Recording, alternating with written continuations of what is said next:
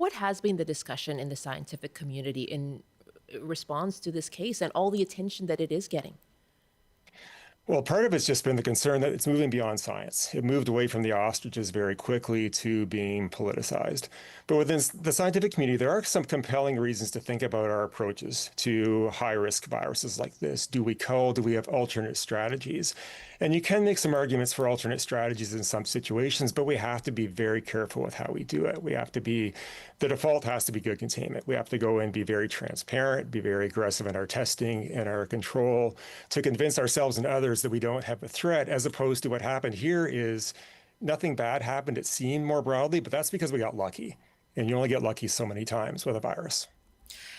I'm interested in what you had to say about, perhaps any discussion around approaches, alternatives, perhaps. And I know some of the criticism around the CFIA has been about transparency.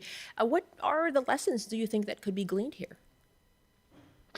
Well, I think we could look at how we approach unique circumstances. And, the thing about this is unique just because they're ostriches, but there's nothing really compelling. They're not endangered species. There's not something special about this group. But it makes us think about how we control viruses and how quick we have to act. This has dragged on for 10 months. There's no way that should happen with a high-risk situation. There may be compelling reasons to think about exemptions to cull orders. But again, that has to be done where you identify a problem, you do everything possible to contain it while you're rapidly sorting out what happens. And when the decision is made, the decision is made.